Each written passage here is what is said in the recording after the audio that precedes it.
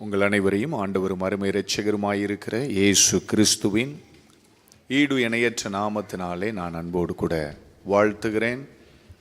இந்த காலை வேளையிலே உங்கள் அனைவரையும் நான் சந்திப்பதில் மிகுந்த சந்தோஷப்படுகிறேன்.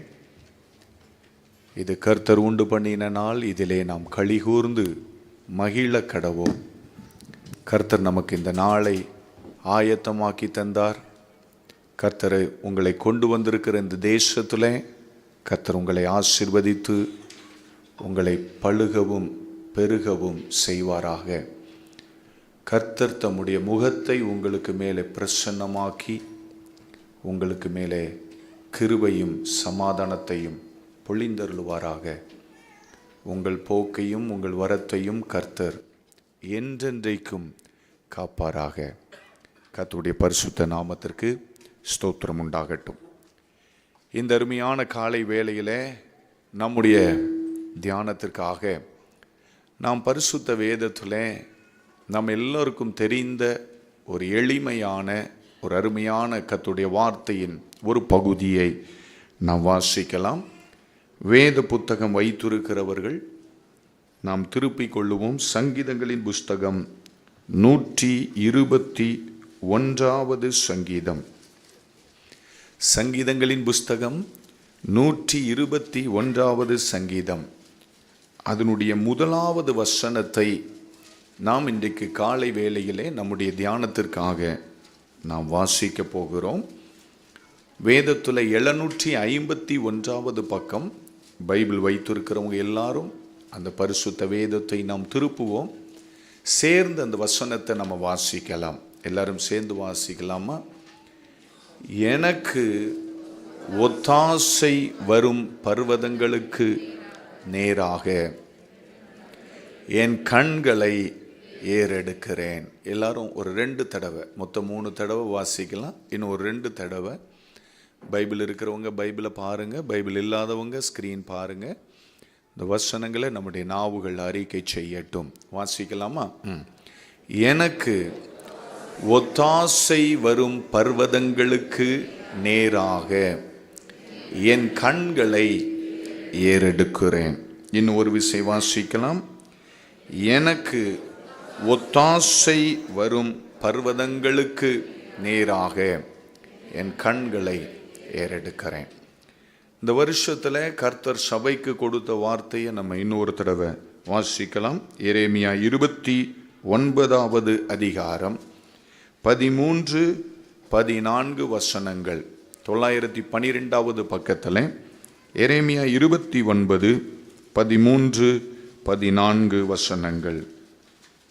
உங்கள் முழு இருதயத்தோடும் என்னை தேடினீர்கள், ஆனால் என்னை தேடுகையில் கண்டுபிடிப்பீர்கள். நான் உங்களுக்கு காணப்படுவேன் என்று கர்த்தர் சொல்லுகிறார். நான் உங்கள் சிறையிருப்பை திருப்பி நான் உங்களை துரத்திவிட்ட எல்லா ஜாதிகளிலும் எல்லா இடங்களிலும் இருந்து உங்களை சேர்த்து நான் உங்களை விலக்கி இருந்த ஸ்தலத்துக்கே உங்களை திரும்பி வர பண்ணுவேன் என்று கர்த்தர் சொல்லுகிறார். நேற்றுக்கும் நாம் இந்த வசனத்தை அடிப்படையாக கொண்டு நேற்றைக்கு ராத்திரியிலே நாம் சில வார்த்தைகளை சிந்தித்து பார்க்க கர்த்தர் நமக்கு உதவி செய்தார். இந்த காலை வேளையிலும் நம்ம ஜெபத்தோடும் ஸ்தோத்திரத்தோடும் ஜீவனும் ஆவியுமான கர்த்தருடைய வார்த்தைகளை சிந்திக்க பரிசுத்த ஆவியானவர் நமக்கு அனுக்கிரகம் தருவாராக. நீங்கள் என்னை முழு இருதயத்தோடும் தேடுவீர்கள் என்று சொன்னால் நீங்கள் என்னை கண்டுபிடிப்பீர்கள். நான் உங்களுக்கு தென்படுகிற பொழுது உங்களது சிறையிருப்பை நான் திருப்பி உங்களுக்கு முன் இருந்த ஸ்தானத்தில் நான் உங்களை திரும்பவும் வைப்பேன். அப்படிங்கிறது கர்த்தருடைய தீர்க்க தரிசனமான வார்த்தை. நேற்றைக்கு நாம் இந்த வார்த்தையை அடிப்படையாக கொண்டு நாம் பார்த்தோம். ஒரு மனிதன் தேவனை தேடுகிற பொழுது அவன் தேவனை கம்பீரமாக, தேவ சமூகத்தை, தேவ முகத்தை அவன் நோக்கி பார்க்கும்படிக்கு தேவன் அவனுக்கு அனுக்கிரகம் செய்கிறார் என்ற வார்த்தையை நம்ம சிந்தித்து பார்த்தோம். இன்றைக்கு இந்த அருமையான ஆராதனை வேளையிலே நான் உங்களுக்கு ஒரு வார்த்தையை சொல்லுகிறேன். எனக்கு ஒத்தாசை வரும் பர்வதங்களுக்கு நேராக என் கண்களை நான் ஏறெடுக்கிறேன். ஒத்தாசை என்ற வார்த்தைக்கு பல பதங்கள் கொடுக்கப்பட்டிருக்கிறது. உதவி, சப்போர்ட், சகாயம், துணை, பல பதங்களிலே இந்த ஒத்தாசை என்று எழுதப்பட்டிருக்கிற வார்த்தையை நாம் பிரித்து வாசிக்க முடியும். சங்கீதக்காரன் சொல்லுகிறார், எனக்கு ஒத்தாசை வரும் பர்வதங்களுக்கு நேராக. நம்முடைய ஆண்டவர் பரலோகத்தில் இருக்கிறார் அப்படின்னு பரிசுத்த வேதம் நமக்கு சொல்லுகிறது. சீயோன் பர்வதம் என்று சொல்லப்படுகிறது பரலோகத்தின் மகிமையான ஸ்தானங்களை அது நமக்கு வெளிப்படுத்தி காண்பிக்கிறதாக இருக்கிறது. அந்த பரலோகத்தில் இருக்கிற தேவன் பரலோகத்தில் இருந்து மனுபுத்திரரை கண்ணோக்கி பார்த்து கொண்டிருக்கிறார். பரலோகத்தில் இருக்கிற தேவன் நம்மை நோக்கி அவரது கண்களை வைத்திருக்கிற பொழுதே நாம் நம்முடைய கண்களை திருப்ப வேண்டிய ஒரு ஸ்தானம் இருக்கிறது. நாம் நம்முடைய கண்களை எதற்கு நேராக திருப்ப வேண்டும் என்றால் பரலோகத்திற்கு நேராக திருப்ப வேண்டும். எதற்கு என்று சொன்னால், நமக்கு ஒத்தாசையை அனுப்புகிறவர், நமக்கு சகாயத்தை அனுப்புகிறவர், நமக்கு உதவியை செய்கிறவர் பரலோகத்தில் இருக்கிறார். நாம் எப்பேற்பட்ட சூழ்நிலையில் இருந்தாலும் தேவ சபையே, நாம் ஒன்றை நினைத்து எப்பொழுதும் நம்மை தைரியப்படுத்திக் கொள்ள வேண்டும். நான் ஒத்தாசை இல்லாமல் மடிந்து போகிறவன் அல்ல. எனக்கு ஒத்தாசை கொடுக்கிற ஒரு கர்த்தர் எனக்கு இருக்கிறார். ஆமென்னு சொல்றவங்க கைகளை உயர்த்தி கர்த்தருக்கு ஒரு அல்லேலூயா சொல்லுங்க பார்க்கலாமே. அல்லேலூயா. கர்த்தருடைய பரிசுத்த நாமத்திற்கு ஸ்தோத்திரம் உண்டாகட்டும். நாம் நம்முடைய ஜீவிதத்தில் அதே போல நாம் செய்யக்கூடாத ஒரு காரியமும் இருக்கிறது. நம்முடைய வாழ்க்கையில சில கடினமான தருணங்கள் வருகிற பொழுது சுயத்தையோ மனிதர்களையோ நாம் சார்ந்து கொள்ள பழகி கொள்ளக்கூடாது. நாம் நம்முடைய சுய பலத்தையோ இல்லை என்றால் மனுஷிக பலத்தையோ நாம் சார்ந்து கொள்ள பழகுகிற பொழுது நாம் தோல்வியை நோக்கி ஓடுகிறோம் என்பதை நாம் மறந்துவிடக்கூடாது. அதனால வாழ்க்கையின் எல்லா பகுதிகளிலும் எல்லா ஜீவிதத்தின் பாதைகளிலும் நம்முடைய கண்கள் தேவனுக்கு நேராக வைக்கப்பட்டு இருக்கும் என்று சொன்னால், பரிசுத்த வேதம் நமக்கு சொல்லுகிறது, ஏற்ற சமயத்திலே பரத்திலிருந்து நமக்கு ஒத்தாசை கடந்து வரும், கடந்து வரும், கடந்து வரும். ஏற்ற சமயத்துல அந்த வார்த்தை ரொம்ப முக்கியம் பாருங்க. the right time, right timeல சரியான நேரத்தில் பரலோகத்திலிருந்து நமக்கு ஒத்தாசை உதவி கடந்து வரும். எபிரேயர் 4:16 அப்படி நாம் வாசித்து பார்க்கிறோம். ஏற்ற சமயத்தில் சகாயம் செய்யும் கிருபையை நாம் அடையும்படிக்கு அப்படின்னு பரிசுத்த வேதம் சொல்லுகிறது. நமக்கு இருக்கிற ஒரு பெரிய ஆறுதலான ஒரு காரியம் என்ன அப்படின்னா, the right timeல கர்த்தர் நமக்காக கிரியை செய்கிறவர். கைகளை உயர்த்தி ஆண்டவருக்கு ஒரு அல்லேலூயா சொல்லுங்க பார்க்கலாமே. ஒரு 3 தடவை சொல்லுங்க, the right time. இன்னொரு 3 தடவை வாயை திறந்து சொல்லுங்க, the right timeல. ஆமென், ஆமென். சரியான நேரத்தில் கர்த்தர் நமக்கு உதவி செய்கிறவர். ஆனா மனுஷனுக்கு இருக்கிற ஒரு பெரிய பிரச்சனை என்ன அப்படின்னா, நம்மளால் அந்த சமயத்தை நாம் அறிந்து கொள்ள முடிகிறது இல்லை. அதுதான் நமக்கு இருக்கிற பிரச்சனை. பிரசங்கியின் புஸ்தகத்தில் வேதம் சொல்லுகிறது, நாம் காலங்களை அறிந்து கொள்ள முடியாதபடியினாலே மனிதனுக்கு நேரிடுகிற சஞ்சலம் மிகுதி அப்படின்னு எழுதப்பட்டிருக்கிறது. எப்பொழுது இந்த சகாயம், எப்பொழுது இந்த உதவி நம்முடைய ஜீவிதத்தில் கிடைக்கும், அந்த நேரத்தை நாம் அறியாதபடியினால மனுஷனுடைய வாழ்க்கையில சஞ்சலங்களும் அவநம்பிக்கைகளும் அவிசுவாசங்களும் நிரம்புகிறபடியினால இந்த மனிதன் இந்த உலகத்துல சீக்கிரத்துல சில நேரம் தேவன் கொடுத்த வாழ்க்கையை கூட முடித்து கொள்ளுகிறான். ஆனால் தேவனை தேடுகிறவர்களுக்கு ஒரு நம்பிக்கை உண்டு. கர்த்தர் எனக்கு சரியான சமயத்துல மிகச் சரியாக உதவி செய்வார். ஆமேன்னு சொல்றவங்க கைகளை உயர்த்தி கர்த்தருக்கு ஒரு அல்லேலியா சொல்லுங்க பார்க்கலாமே. இவ்வளவுதான் உங்களுக்கு சத்தமா அல்லேலியா சொல்ல முடியுமா? அப்படியா? இவ்வளவு சத்தமாவும் அல்லேலியா சொல்ல முடியுமா? கர்த்தருக்கு ஸ்தோத்திரம். தி ரைட் டைம்ல, எனக்கு தெரியாது இந்த காலையில நீங்க தேவனது வார்த்தையை கேட்டுக்கொண்டிருக்கிற பொழுது, ஐயா பிரதர் அது எந்த டைம் அது எனக்கு தெரியாது, அது இன்னைக்கா நாளைக்கா நாளை மறுநாளா அப்படியெல்லாம் எனக்கு தெரியாது. எனக்கு ஒன்றே ஒன்று தெரியும், உங்களுக்கு தேவையான சரியான நேரத்தில் உங்களுக்காக கிரியை செய்கிறவர் நாம் ஆராதிக்கிற கர்த்தர். ஆமேன் சொல்லுங்க பார்க்கலாமே. அல்லேலூயா. சரி, அந்த ரைட் டைம் வரைக்கும் இப்ப நல்லா கவனிச்சு பார்க்கணும். அந்த ரைட் டைம் நம்முடைய வாழ்க்கையில வருகிற வரைக்கும், how to lead a faithful life, அந்த ரைட் டைம் என் ஜீவிதத்தில் வருகிற வரைக்கும் நான் என் விசுவாச ஓட்டத்தை தளர்ச்சி இல்லாமல், என் விசுவாச ஓட்டத்தில் நான் விழுந்து விடாதபடிக்கு, என் விசுவாச ஓட்டத்தில் நான் சோர்ந்து போகாமல் என்னை காத்து கொள்வது எப்படி? அது ஒரு பெரிய பெரிய சேலஞ்ச் பாருங்க. அது ஒரு பெரிய சேலஞ்ச். தேவனது நேரம் நம்முடைய ஜீவிதத்தில் வருகிற நேரம் வரைக்கும் நாம நம்மை காத்து கொண்டவர்களாக, தேவனது நேரம், தேவனது கிரியைகள், தேவனது செய்கைகள் நம்முடைய ஜீவிதத்தில் கிரியை செய்கிற காலம் வரைக்கும் நம்மை காத்து கொண்டவர்களாக, நாம் பலப்பட்டவர்களாக நாம் காணப்பட வேண்டும். அப்பேற்பட்ட காரியத்தை நம்முடைய விசுவாச வாழ்க்கையில நம்ம காத்து கொள்வது எப்படி என்று ஒரு சில காரியங்களை, மிக மிக மிக அடிப்படையான ஒரு சில காரியங்களை நான் பரிசுத்த வேதத்திலிருந்து உங்களுக்கு காண்பித்து கொடுக்க விரும்புகிறேன். பரிசுத்த ஆவியானவர் நம்மோடு கூட இடைப்படுவாராக. நம் சங்கீதங்களின் புஸ்தகம் 105வது சங்கீதத்தை நாம் திருப்பிக் கொள்ளுவோம். ஒரு 1-2 வசனங்களை நம்ம வேகமாக 1 by 1 நம்ம வாசிக்கலாம். சில குறிப்பிட்ட வசனங்களுக்கு மாத்திரம் நான் கொஞ்சம் விளக்கமாக வியாக்கியானம் கொடுப்பதற்கு நான் விரும்புகிறேன். கர்த்தர் நமக்கு உதவி செய்வாராக. சங்கீதங்களின் புஸ்தகம் 105வது சங்கீதம், அதனுடைய 3வது மற்றும் 4வது வசனங்களை நாம எடுத்து வாசிக்க போகிறோம்.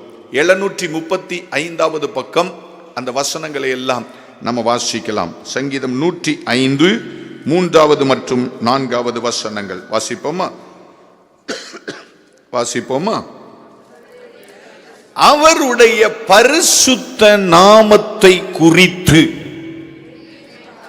மேன்மை பாராட்டுங்கள். கர்த்தரை தேடுகிறவர்களின் இருதயம் மகிழ்வதாக. கர்த்தரையும் அவர் வல்லமையையும் நாடுங்கள், அவர் சமூகத்தை நித்தமும் தேடுங்கள் என்று பரிசுத்த வேதம் நமக்கு சொல்லுகிறது. மானிட்டர் கொஞ்சம் வைக்க முடியுமா? ஸ்தோத்திரம். நம்ம வாசித்து கேட்ட இந்த வேத பகுதியை நல்லா கவனிச்சு பாருங்க. பைபிள் சொல்லுது, அவருடைய பரிசுத்த நாமத்தை குறித்து மேன்மை பாராட்டுங்கள். கர்த்தரை தேடுகிறவர்களின் இருதயம் மகிழ்வதாக. கர்த்தரை தேடுகிறவர்களுக்கு இருதயம் மகிழும். அப்படின்னா என்ன அர்த்தம்? கர்த்தரை தேடாத இருதயங்களுக்குள்ளே மகிழ்ச்சி இருப்பது இல்லை. அதான் அர்த்தம். மகிழ்ச்சி எங்க இருக்கணும் அப்படின்னா, நம்ம நன்றாய் வாழ்வதற்கு நம்முடைய இருதயத்துல மகிழ்ச்சி இருக்கணும். ஸ்தோத்திரம். அல்லேலூயா, அல்லேலூயா. அடேங்கப்பா, கையை உயர்த்து ஒரு அல்லேலூயா சொல்லுங்க பார்க்கலாமே. அல்லேலூயா. ரைட். இன்னைக்கு நமக்கு லீவு தானே, இன்னைக்கு ரொம்ப நேரம் பேசலாம் போல இருக்கு. கர்த்தருக்கு ஸ்தோத்திரம். சரி, பரவாயில்ல.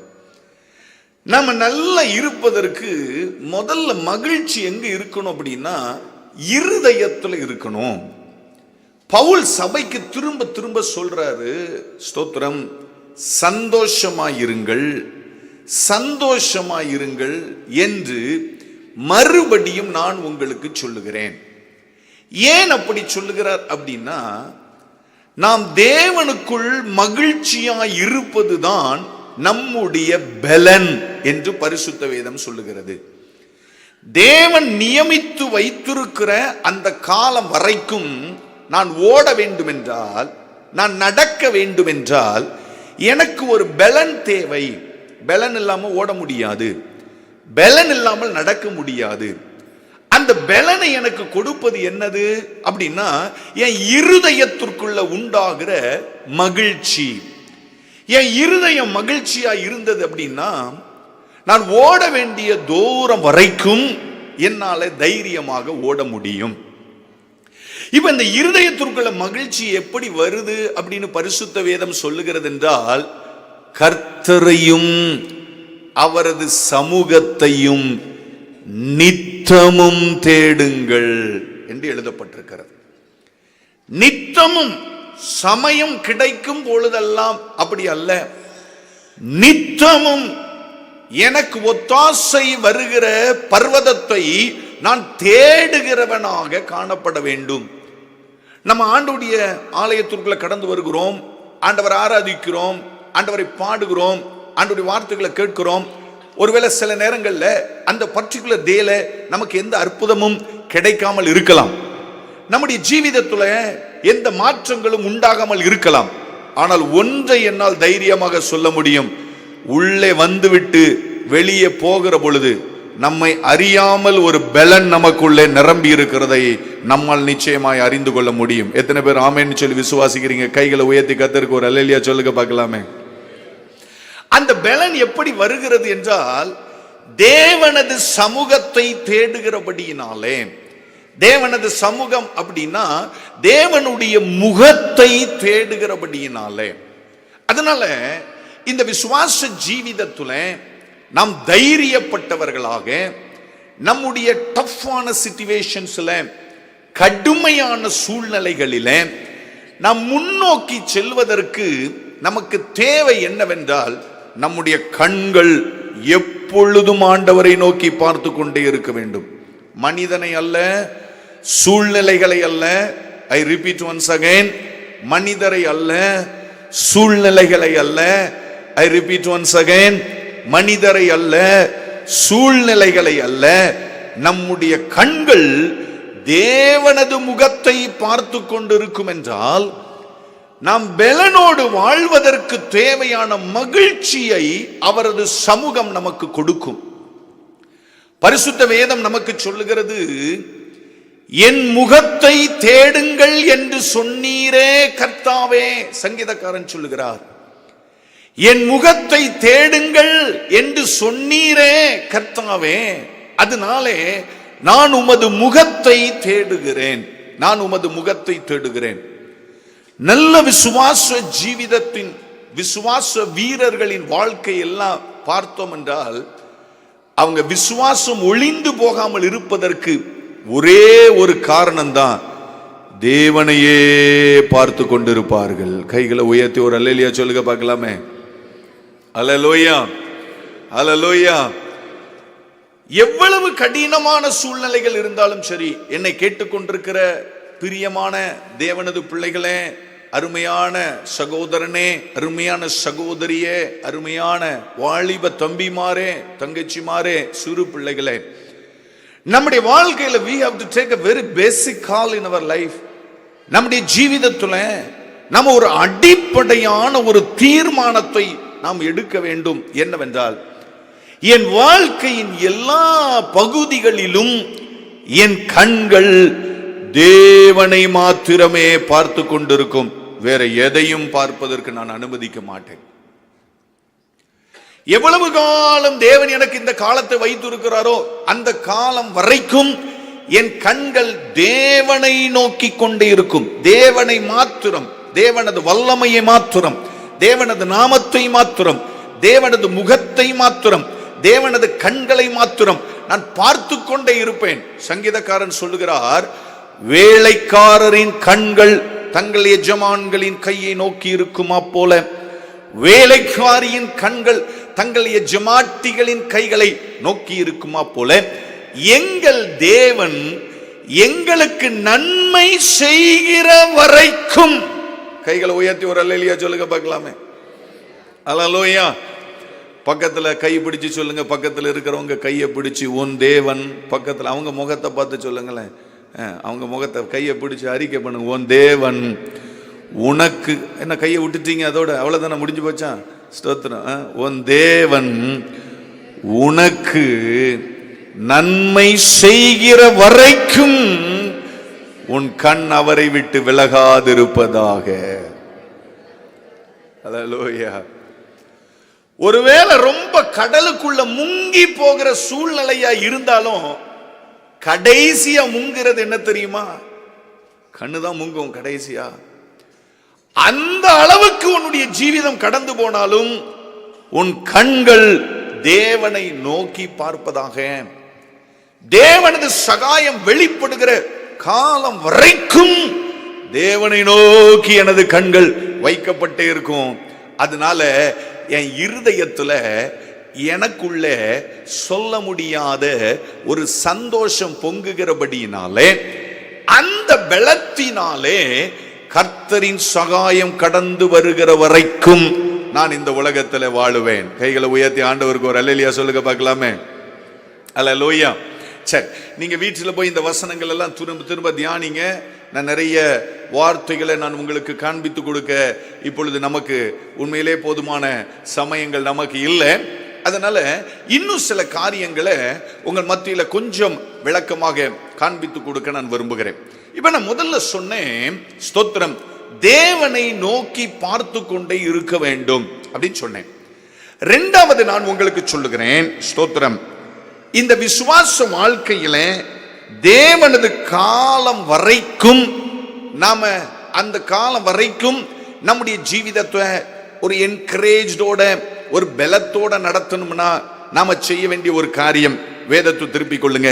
சங்கீதங்களின் புஸ்தகம் 91வது சங்கீதத்தை நாம் திருப்பிக் கொள்ளலாம். சங்கீதங்களின் புஸ்தகம் 91வது சங்கீதம். பைபிள் வச்சிருக்கிறவங்க எல்லாரும் திருப்பிக் கொள்ளலாம். சங்கீதங்களின் புஸ்தகம் 91வது சங்கீதம், அதனுடைய 2வது வசனத்தை நாம் எல்லாரும் சேர்ந்து வாசிக்க போகிறோம். சங்கீதங்களின் புஸ்தகம் 91வது சங்கீதம், அதனுடைய 2வது வசனம் வாசிக்கலாமா? நான் கர்த்தரை நோக்கி, நீர் என் அடைக்கலம், என் கோட்டை, என் தேவன், நான் நம்பி இருக்கிறவர் என்று சொல்லுவேன். இன்னொரு தடவை அந்த வசனத்தை நம்ம வாசிக்கலாம். இன்னொரு தடவை அந்த வசனத்தை நம்ம வாசிக்கலாம். நான் கர்த்தரை நோக்கி, நீர் என் அடைக்கலம், என் கோட்டை, என் தேவன், நான் நம்பி இருக்கிறவர் என்று நான் சொல்லுவேன். இப்ப பாத்தீங்க அப்படின்னா, நான் ரொம்ப பேசுகிறது ரொம்ப அடிப்படையான விசுவாச வாழ்க்கையை கட்டி எழுப்புகிறதற்கான முறைமைகளை பரிசுத்த வேதத்திலிருந்து நான் உங்களுக்கு பகிர்ந்து கொடுத்து கொண்டிருக்கிறேன். முதல்ல நான் சொன்னேன், நம்முடைய கண்ணு ஆண்டவரை நோக்கி பார்த்து கொண்டே இருக்கணும் அப்படின்னு சொன்னேன். இரண்டாவது நான் சொல்லுகிறேன், நம்முடைய நாவுகள் கர்த்தரை அறிக்கை பண்ணி கொண்டே இருக்க வேண்டும். ஸ்தோத்திரம். அல்லேலூயா, அல்லேலூயா, அல்லேலூயா. நம்முடைய நாவுகள், சொல்லுங்க பார்க்கலாம், எல்லாரும் வாய் திறந்து சொல்லுங்க பார்க்கலாம். நம்முடைய நாவுகள் கர்த்தரை அறிக்கை பண்ணி கொண்டே இருக்க வேண்டும். கர்த்தருடைய பரிசுத்த நாமத்துக்கு ஸ்தோத்திரம். நம்ம வாயில விசுவாச குறைவுகள் உண்டாகிற பொழுது, நம்முடைய ஜீவிதத்துல போராட்டங்களும் கடினமான தருணங்களும் உண்டாகிற பொழுது, பொதுவாக இந்த உலகத்துல எல்லாரும் பேசுகிற வார்த்தைகளை நாமும் ஒருவேளை பேசி இருக்கலாம். நாம சில பேர் பேசுகிற வார்த்தைகளை கேட்டிருக்கிறோம். எல்லாரும் சொல்லுவாங்க, என்ன வாழ்க்கை. இப்படி பேசினவங்க யாராவது இங்க இருக்கீங்களா? இல்லையோ? நீங்களா ரொம்ப நல்லவங்களா இருக்கீங்களா? கர்த்தருக்கு ஸ்தோத்திரம். அது நாங்க தனியா பேசிக்கிடுவோம் ஐயா, அப்படி சொல்றீங்களோ? ஸ்தோத்திரம். என்ன வாழ்க்கை, என்ன செய்ய போறோம் அப்படின்னு சில பேர் பேசுவாங்க. சில பேர் சொல்லுவாங்க, இந்த கடவுள் ஏன் என்னை இப்படி படைத்தாரோ அப்படின்லாம் பேசுவாங்க. நம்முடைய வாழ்க்கையின் கடினமான தருணங்களுக்குள்ள நாம கடந்து போகிற பொழுது மனிதனுடைய இயலாமையினாலே, அதற்கு காரணம் என்னன்னா இயலாமையினாலே, உடனே யாரும் இந்த வார்த்தையை பேச மாட்டாங்க. முதல்ல அவனுக்கு இருக்கிற பலத்தோடு அவன் போராடி பார்ப்பான். அவன் கையில் இருக்கிற பணத்தை வச்சு, அவன் கையில் இருக்கிற அறிவை வச்சு, அவன் கையில் இருக்கிற அந்தஸ்தை வச்சு, செல்வத்தை வச்சு எல்லாம் போராடி பார்த்து எல்லா வழிகளிலும் தோல்வி அடைந்த பிற்பாடு இனிமே அவ்வளவுதான், ஃபுல் ஸ்டாப் வைக்கணும் அப்படிங்கிற வார்த்தை வரும்போதுதான் அவன் வாயிலிருந்து இந்த வார்த்தை வரும், என்ன வாழ்க்கை, ஏன் ஆண்டவர் இப்படி வச்சாரு, ஏன் ஆண்டவர் என்ன கைவிட்டு விட்டாரு, எதுக்காக எனக்கு இப்படி சம்பவிக்கணும், அப்படியெல்லாம் மனிதனுடைய வாயிலிருந்து வார்த்தை வரும். இந்த அவிசுவாசமான வார்த்தைகள் இருக்கு பாருங்க, மனிதனுடைய வாழ்க்கைய கம்ப்ளீட்டா டேமேஜ் பண்ற வல்லமை உடையது. இப்ப நம்ம பாத்தீங்கன்னா பில்டிங்ல பெரிய பெரிய கான்கிரீட் ஸ்ட்ரக்சர்ஸ் நம்ம இங்க பார்க்கிறோம். வரும்போது பெரிய பெரிய கான்கிரீட் ஸ்ட்ரக்சர்ஸ், நிறைய பேர் கன்ஸ்ட்ரக்ஷன் ஃபீல்டில் நீங்க இருந்திருப்பீங்க. அந்த கான்கிரீட்டுக்கு உள்ள எல்லாம் பார்த்தீங்கன்னா பெரிய பெரிய கம்பி போட்டிருப்பாங்க. நம்ம யாரும் அதையெல்லாம் நம்ம பார்க்கறது இல்லை. ஆனால் அந்த கான்கிரீட் பில்டிங்குள்ள பெரிய பெரிய ஸ்டீல் ஸ்ட்ரக்சர்ஸ் இருக்கும். அதை நம்ம ரீஇன்ஃபோர்ஸ்மெண்ட் அப்படின்னு சொல்லி சொல்றோம் இல்லையா, ஆர்சிசின்னு சொல்றோம். அந்த ரீஇன்ஃபோர்ஸ்மெண்ட்டை யாரும் டைரக்டாக அட்மாஸ்பியருக்குள்ள நம்ம எக்ஸ்போஸ் பண்றது இல்லை. நான் மறுபடி விளங்கும்படி சொல்லுகிறேன், அந்த கான்கிரீட்டுக்குள்ள இருக்கிற அந்த கம்பியை நேரடியாக இந்த அட்மாஸ்பியருக்கு இல்லைன்னா இந்த என்விரான்மெண்ட்டுக்கு யாரும் எக்ஸ்போஸ் பண்றது இல்லை. எதுக்காக எக்ஸ்போஸ் பண்றது இல்லை? அப்படி எக்ஸ்போஸ் பண்ணினா இந்த அட்மாஸ்பியர்ல இருக்கிற இந்த ஸ்தோத்திரம், அந்த மாய்ஸஸ் எல்லாம் அந்த அயன் கூட சேர்ந்து ஆக்சிடேஷன் ஆகி ரஸ்ட் ஃபார்ம் ஆயிரும். அதனால எந்த ரீஇன்ஃபோர்ஸ்மெண்ட்டையும் நம்ம வெளியே எக்ஸ்போஸ் பண்றது இல்லை. அப்படி ரஸ்ட் ஃபார்ம் ஆச்சுன்னா என்ன ஆகும்? ஒரே ஒரு கம்பியில ஒரு சின்ன இடத்துல உருவாகிற அந்த துருவுக்கு அந்த முழு ஸ்ட்ரக்சரையும் அழிக்கிற வல்லமை இருக்கு. நல்லா கவனிக்கணும். ஒரே ஒரு கம்பியில ஒரு இடத்துல உருவாகிற அந்த சின்ன துரு, நம்ம சொல்றோம் ரெஸ்ட்னு சொல்றோம் இல்லையா, அந்த சின்ன துருவுக்கு அந்த முழு ஸ்ட்ரக்சரையும் நிர்மூலமாக்குகிற வல்லமை இருக்கிறது. அதனால நம்முடைய கவனம் அந்த பில்டிங் முழுவதும் துரு பிடிக்கிற வரைக்கும் நாம காத்து கொண்டிருக்க வேண்டிய அவசியம் அல்ல. நம்ம ஞானம் உள்ளவர்களாய் இருக்கிறபடியினால அந்த சிறு துரு கூட அந்த பில்டிங்ல ஏறாதபடிக்கு நம்ம காத்து கொள்ள வேண்டியது அவசியம். அதுக்கு முக்கியமானது என்ன அப்படின்னா, நம்முடைய நாவுக்கு மேல நம்ம வைத்திருக்கிற கண்ட்ரோல். பரிசுத்த வேதம் நமக்கு சொல்லுகிறது, இந்த நாவை கர்த்தர் நமக்கு எதுக்கு கொடுத்திருக்கிறார்? கர்த்தரை துதிக்க கொடுத்திருக்கிறார், கர்த்தரை புகழ கொடுத்திருக்கிறார், கர்த்தரை மகிமைப்படுத்த கொடுத்திருக்கிறார். இதை தவிர வேற இந்த நாவுக்கு வேற எந்த வாயின் வார்த்தைகளும் அவசியம் இல்லாத வாயின் வார்த்தைகள் வரவே கூடாது. அதனால்தான் வேதம் சொல்லுகிறது, நீங்கள் பேசுகிறதிலே எப்படிப்பட்டவர்களாய் இருக்க வேண்டும்? தாமதிக்கிறவர்களாய் இருக்க வேண்டும். கேட்கிறதுல தீவிரமா இருக்கணும், ரொம்ப தீவிரமா கேட்கணும். பேசுகிறதுல ரொம்ப பொறுமையாக, ரொம்ப தாமதிக்கிறவர்களாக, ரொம்ப கவனமாக வாயின் வார்த்தைகள் வெளிப்பட வேண்டும். ஏனென்றால் வேதம் சொல்லுகிறது, தீமையும் நன்மையும் நாவின் அதிகாரத்திலே இருக்கிறது. இந்த வாழ்க்கையில, இந்த டஃப்பான வாழ்க்கையில விசுவாச ஓட்டத்திற்கு நமக்கு தேவையான இந்த பலன் நமக்கு தேவைன்னா, நம்முடைய நாவு கர்த்தரை அறிக்கை பண்ணி கொண்டே இருக்க வேண்டும். சங்கீதக்காரன் சொல்லுகிறார், நான் கர்த்தரை நோக்கி சொல்லிக் கொண்டே இருப்பேன், கர்த்தாவே நீர் எனது அடைக்கலம். சொல்லுங்க பார்க்கலாம், நீர் எனது அடைக்கலம். சத்தமா சொல்லுங்களேன், நீர் எனது அடைக்கலம், நீர் எனது அடைக்கலம், நீர் எனது கோட்டை. இன்னும் கொஞ்சம் மெதுவா சொல்லுங்களேன், நீர் எனது தேவன், நான் நம்பி இருக்கிறவர் நீராயிருக்கிறீர். நம்ம வாழ்க்கையில எல்லா முறைகளிலுமே, நான் மோட்டிவேஷனல் ஸ்பீச் பேசல, I'm just telling you how to encourage our spiritual life. நம்முடைய ஆவிக்குரிய வாழ்க்கையை உற்சாகப்படுத்திக் கொள்வது எப்படி அப்படின்னா, we have to keep on say, we have to keep on confess God. நீர் எனது தேவன், நீர் எனது நம்பிக்கை, நீர் எனது கோட்டை, நீர் எனது மறைவிடம், நீர் எனது அடைக்கலம், நீர் எனது துருகம், நான் உம்மை மாத்திரமே நம்பி இருக்கிறேன் என்று நாம் சொல்லிக்கொண்டே இருக்க வேண்டும். சொல்லிக்கொண்டே, அறிக்கை பண்ணிக்கொண்டே, சொல்லிக்கொண்டே இருக்க வேண்டும். நம்ம வேதத்தில் வாசித்து பார்த்தால் பல பகுதிகளில் வேதம் இதை நமக்கு காண்பித்து கொடுக்கிறது. பாருங்க, நம்ம வாசிச்சு கேட்ட அதை 121வது சங்கீதத்தை நம்ம திருப்பிக் கொள்ளுவோம். 121வது சங்கீதம் 1வது மற்றும் 2வது வசனங்களை மிக கவனமாக வாசிக்கலாம்.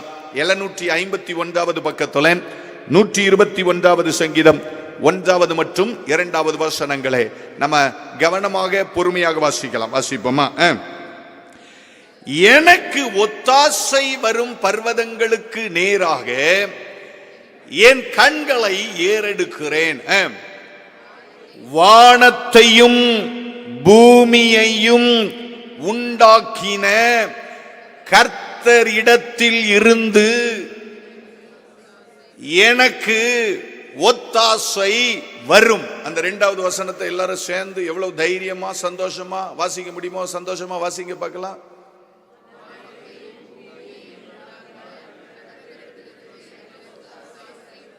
நம்ம ஊரில் ஸ்கூலில் படிக்கும்போது இந்த டீச்சர்ஸ் பாடம் படிக்க வைப்பாங்க. அப்போ பார்த்தீங்கன்னா எல்லா பிள்ளைங்களும் பாப்பாப்பா அப்படின்னு படிச்சுட்டே இருப்பாங்க. யார் என்ன வாசிக்கிறானே யாருக்குமே என்ன செய்யாது. இந்த எஸ்ஏ படிக்கும்போது பார்த்துருக்கீங்களா? நம்ம பிள்ளைங்க அப்படி படிக்கிறது இல்லை. நாம் வளர்ந்து வந்த பள்ளிக்கூடத்தில் அவங்க என்ன படிக்கிறாங்கன்னு அவங்களுக்கும் தெரியாது, கேட்குறவனுக்கும் புரியாது.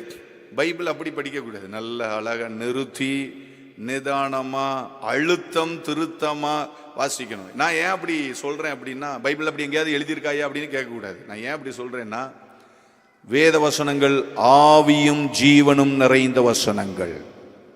அந்த வசனத்தை மாத்திரம் நம்ம என்ஜாய் பண்ண ஆரம்பிச்சிட்டோன்னு வச்சுடுங்களேன், அது நம்மளுடைய உள்ள போய் உள்ளான மனுஷனை தட்டி எழுப்பி ஜீவனை கொடுக்க வல்லமை உடையது. அந்த 2வது வசனத்தை எல்லாரும் சேர்ந்து நல்ல தெளிவாக வாசிக்கலாமா? வாசிப்போமா?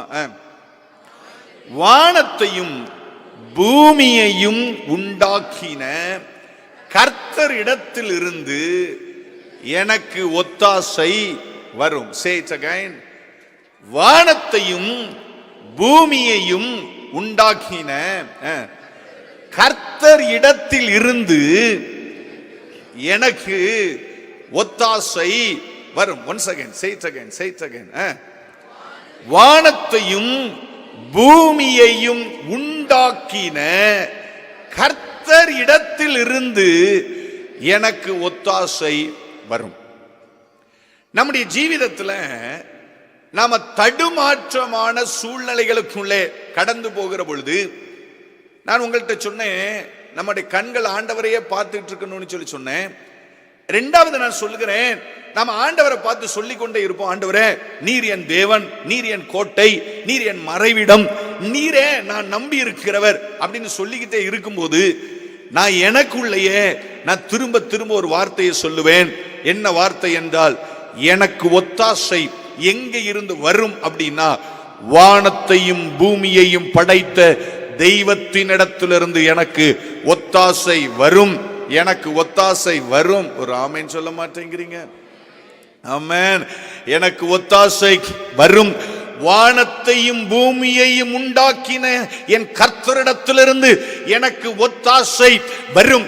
ஏன் இந்த வார்த்தையை நான் திரும்ப திரும்ப திரும்ப அறிக்கை பண்ணுகிறேன் அப்படின்னா, ஒன்றும் இல்லாமையிலே இவ்வளவு மகிமையான காரியங்களை உண்டாக்கினவர் என் கர்த்தர் என்று சொன்னால், ஒரு நம்பிக்கையும் இல்லாத சூழ்நிலைகளிலே எவைகளையும் உண்டாக்குவதற்கு என் தேவனால் கூடும்.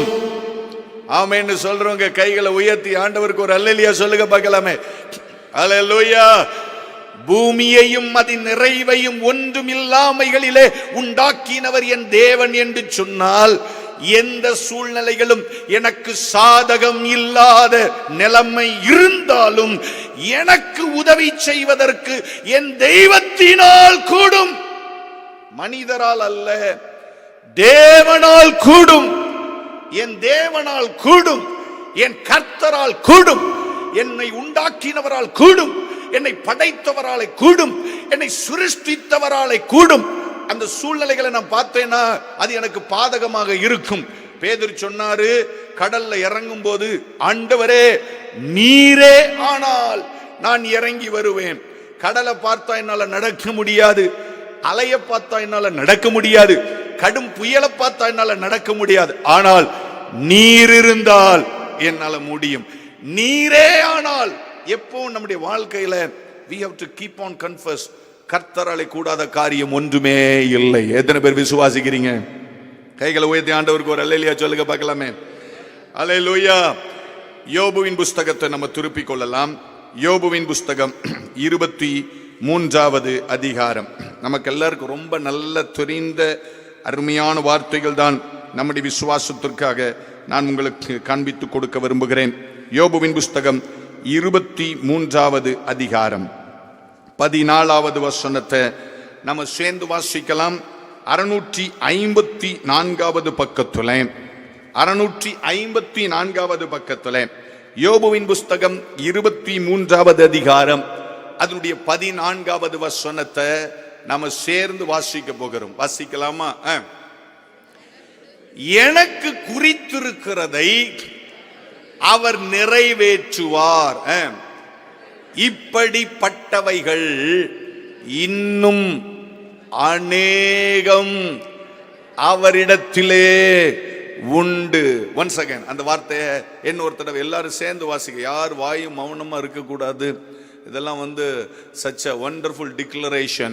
நம்ம ஆண்டவரை விசுவாசத்தோட அறிக்கையிட போகிறோம். சேர்ந்து வாசிக்கலாமா? எனக்கு குறித்திருக்கிறதை அவர் நிறைவேற்றுவார், இப்படிப்பட்டவைகள் இன்னும் அநேகம் அவரிடத்திலே இருக்கிறது. கைகளை உயர்த்தி ஒரு அல்லேலூயா சொல்லுங்க பார்க்கலாமே. அல்லேலூயா, அல்லேலூயா, அல்லேலூயா, ஹalleluya, ஹalleluya, ஹalleluya. எனக்கு குறித்ததை என் தேவன் எப்படியும் நிறைவேற்றுவார், எப்படியும் நிறைவேற்றுவார். எந்த சமயத்துல யோபு சொல்றார் அப்படிங்கிறது உங்க எல்லாருக்கும் நன்றாக தெரியும். நீங்கள் வேதத்தை நன்றாக படித்திருப்பீர்கள். எல்லாம் இழந்து போன சூழ்நிலை, சொத்துக்கள் எல்லாம் இழந்து போச்சு, ஆடு மாடுகள் எல்லாம் இழந்து போச்சு, பிள்ளைகள் எல்லாம் இறந்து போனார்கள். சொந்த மனைவி சொல்லிவிட்டால் இன்னமும் உமது உத்தமத்தில் உறுதியாய் நிற்பீரோ, தேவனை தூஷித்து விடும், ஜீவனை விட்டு விடும். அந்த வார்த்தை நம்ம கேட்ட உடனே யோபுவுக்கு மனைவியை நம்ம குற்றப்படுத்தக்கூடாது. நம்ம ஆட்கள் எல்லாம் உடனே சொல்லிடுவாங்க, யோபு மனைவி போலதான் ஐயா என் மனைவி அப்படின்லாம் சொல்லிடுவாங்க. கர்த்தருக்கு ஸ்தோத்திரம். என்ன எல்லாரும் ஒரு மாதிரி பார்த்துட்டே இருக்கீங்க? அப்படி இல்லையோ? கர்த்தருக்கு ஸ்தோத்திரம். அந்த அம்மாவுக்கு வேதனை அந்த அம்மாவுக்கு தான் தெரியும். என்னை பொறுத்த வரைக்கும் நான் அந்த யோபுவின் மனைவியை நிறைய தியானித்து பார்த்திருக்கிறேன். ஆடு மாடுகள் எல்லாம் போன போது இந்த அம்மா யோபுவை விட்டுட்டு ஓடி போகல. ஒரு சொத்தும் இல்லாத போது அந்த யோபு கூட தான் அந்த அம்மா இருந்தாங்க. 10 பிள்ளைகள் மரித்து போன போது இந்த அம்மா யோபுவை விட்டுட்டு ஓடி போகல. என்ன 10 பிள்ளைன்னா ஒரு பிள்ளைக்கு 10 மாசம் வச்சுக்கிட்டாங்க கூட ஒரு வருஷம் கணக்கு போடுங்க. 10 வருஷம் குழந்தைய தன் வயதுல சுமந்தவர்கள், தன் வயிற்றுல 10 வருஷம், 10 மாசம் இல்ல 10 வருஷம் அப்படி வச்சுக்கீங்களேன். அது எவ்வளவு பெயின் அவங்க she might have gone through இல்லையா? எவ்வளவு வேதனைகளை அந்த அம்மா சுமந்திருப்பாங்க. 10 பிள்ளைகளும் மரித்து போன போது கூட ஸ்தோத்திரம் இந்த அம்மா கொஞ்சம் திடனா தான் இருந்தாங்க, தைரியமா தான் இருந்தாங்க. இந்த அம்மாவுக்கு இருந்த ஒரே நம்பிக்கை யாருன்னா யோபு. சரி புருஷன் இருக்கிறான், அது போதும், வேற எல்லாம் பரவாயில்ல. இப்ப யோபுவின் வாழ்க்கையில அவருக்கு இருந்த ஒரே அசெட் என்ன அப்படின்னா பலன், சரீர பலன். அது மட்டும்தான் அவருக்கு இருந்த ஒரே அசெட், சுகம். இப்ப இந்த சரீரத்துக்குள்ள பலவீனம் வந்துருச்சு. வேதம் சொல்லுகிறது அடை பற்றின புழு, அந்த பூச்சி பற்றின அடை பற்றின புழுதி போல சரீரம் உருவழிந்து போயிற்று. யோபுவை பார்க்கிற ஒருத்தருமே இது யோபுதான்னு கண்டுகொள்ள முடியாத அளவுக்கு வேதனை எல்லாம். he lost everything. அந்த நேரத்தில் தான் யோபு சொல்றாரு, ஸ்தோத்திரம், கர்த்தர் கொடுத்தார். ஹலோ, எப்படி சொல்லுங்க பார்க்கலாம். என்ன வாயே வரமாட்டேங்கி?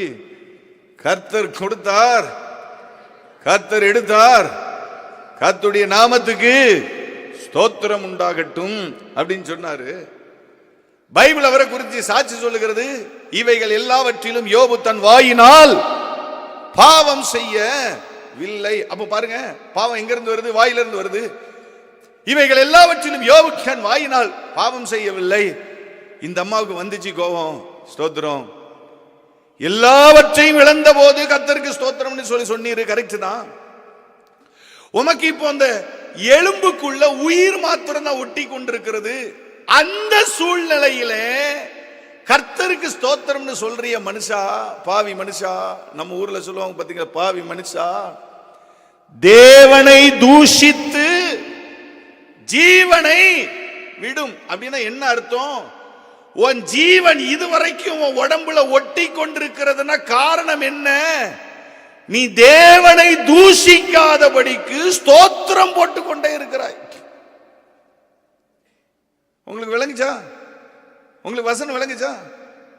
உன் ஜீவன் இதுவரைக்கும் உன்னை விட்டு போகாம இருக்கிறதுக்கு அந்த அம்மா சொல்றாங்க, அழகான வழியை கண்டுபிடிச்சு சொல்லும். நமக்கே தெரியாத வழிகள் எல்லாம் அந்த அம்மாவுக்கு தெரிஞ்சிருக்கு பாருங்க. ஸ்தோத்திரம்.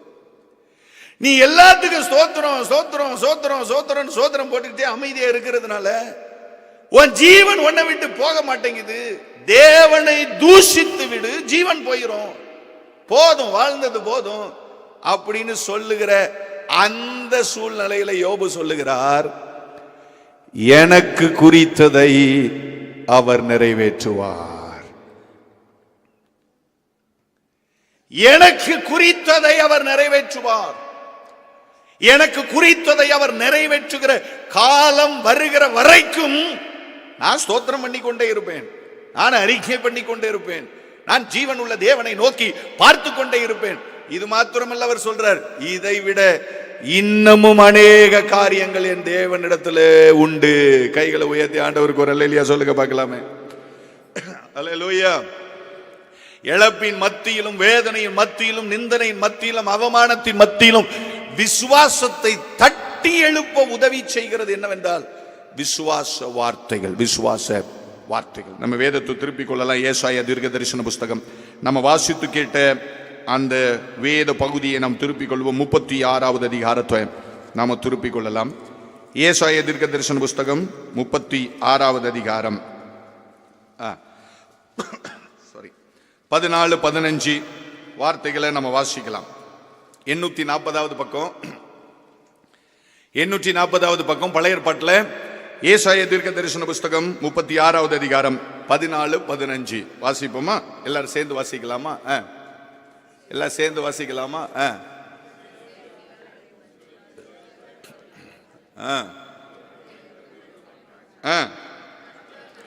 கர்த்தர் நம்மை நிச்சயமாக தப்புவிப்பார். இந்த நகரம் அசீரியா ராஜாவின் கையில் ஒப்பு கொடுக்கப்படுவது இல்லை என்று சொல்லி எசேக்கியா உங்களை கர்த்தரை நம்ப பண்ணுவான், அதற்கு இடம் கொடாதிருங்கள் என்று யார் சொல்றாரு? அறிவுரை. பாத்தீங்களா எப்படிப்பட்ட ஒரு அழகான அறிவுரை? நல்லா கவனிச்சு பாருங்க. வீட்டில் போய் பொறுமையா அந்த வசனத்தை வாசிச்சு பாருங்க. எசேக்கியா முதல்ல தன் பணத்தை எல்லாம் நம்பினாரு, தன் கையில் இருந்த தங்கத்தை எல்லாம் உருவி எடுத்து கொடுத்தாரு. காரியம் ஒர்க் அவுட் ஆகல. எசேக்கியா மறுபடி எகிப்தை நம்பினாரு, காரியம் ஒர்க் அவுட் ஆகல. பணத்தை நம்பினார், மனுஷனை நம்பினார், எல்லாம் முடிஞ்சு போச்சு. இப்ப எசேக்கியாவுக்கு ஒரு நம்பிக்கையும் இல்லை. அலங்கத்தை சுற்றி முற்றுகை போட்டுட்டாங்க. தேசத்துக்குள்ள பஞ்சம் வருது. சத்துருக்கள் தேசத்தை சூழ்ந்திருக்கிறார்கள். கொடுமையான காலம் வருகிற பொழுது இந்த ராஜாவுக்கு தெரிஞ்சதெல்லாம் ஒன்னே ஒண்ணுதான், கர்த்தர் நம்மை தப்புவிப்பார். என்ன ஆமென் சொல்ல மாட்டேங்கிறீங்க? ஆமென். பக்கத்துல பார்த்து சொல்லுங்க, கர்த்தர் நம்மை தப்புவிப்பார். ஆமென். அல்லேலூயா.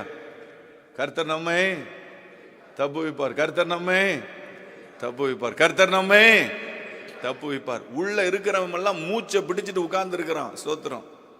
சாப்பிடுறதுக்கு ஆகாரம் இல்ல, குடிக்கிறதுக்கு தண்ணி இல்ல. ராஜா வர்றாரு, கவலைப்படாதீங்கப்பா, கர்த்தர் நம்மை. கண்ணை திறந்து பார்த்தா சுத்தி இருக்கிறவன் எல்லாம் கையில வாழ அம்புமா உட்கார்ந்துட்டு இருக்கிறான். இவர் சொல்றாரு, கவலைப்படாதப்பா, கர்த்தர் நம்மை தப்பு வைப்பார். வெளியே இருக்கிற இந்த சத்ரு இதை பார்த்துட்டே இருந்தான். அவனுக்கு மெசேஜ் போகுது பாருங்க. இங்க மெசேஜ் போகுது, உள்ள என்ன நடக்குன்னு, எருசலேமுக்குள்ள என்ன நடக்குன்னு மெசேஜ் போகுது. நான் விசுவாசிக்கிறேன். பைபிள் எழுதப்படல, பைபிள் எழுதப்படாத காரியங்களை எல்லாம் நான் விசுவாசிக்கிறேன்னு தான் சொல்லுவேன். நான் விசுவாசிக்கிறேன். இந்த ரப்சாக்கெட்ட போய் சொல்லியிருப்பாங்க. ரப்சாக்கெட் நினைச்சிருப்பான், என்னடா இவ்வளவு கடுமையா இவனுங்களை முற்றுகை போட்ட பிற்பாடு இவனுங்களை அடிக்க முடியலையே.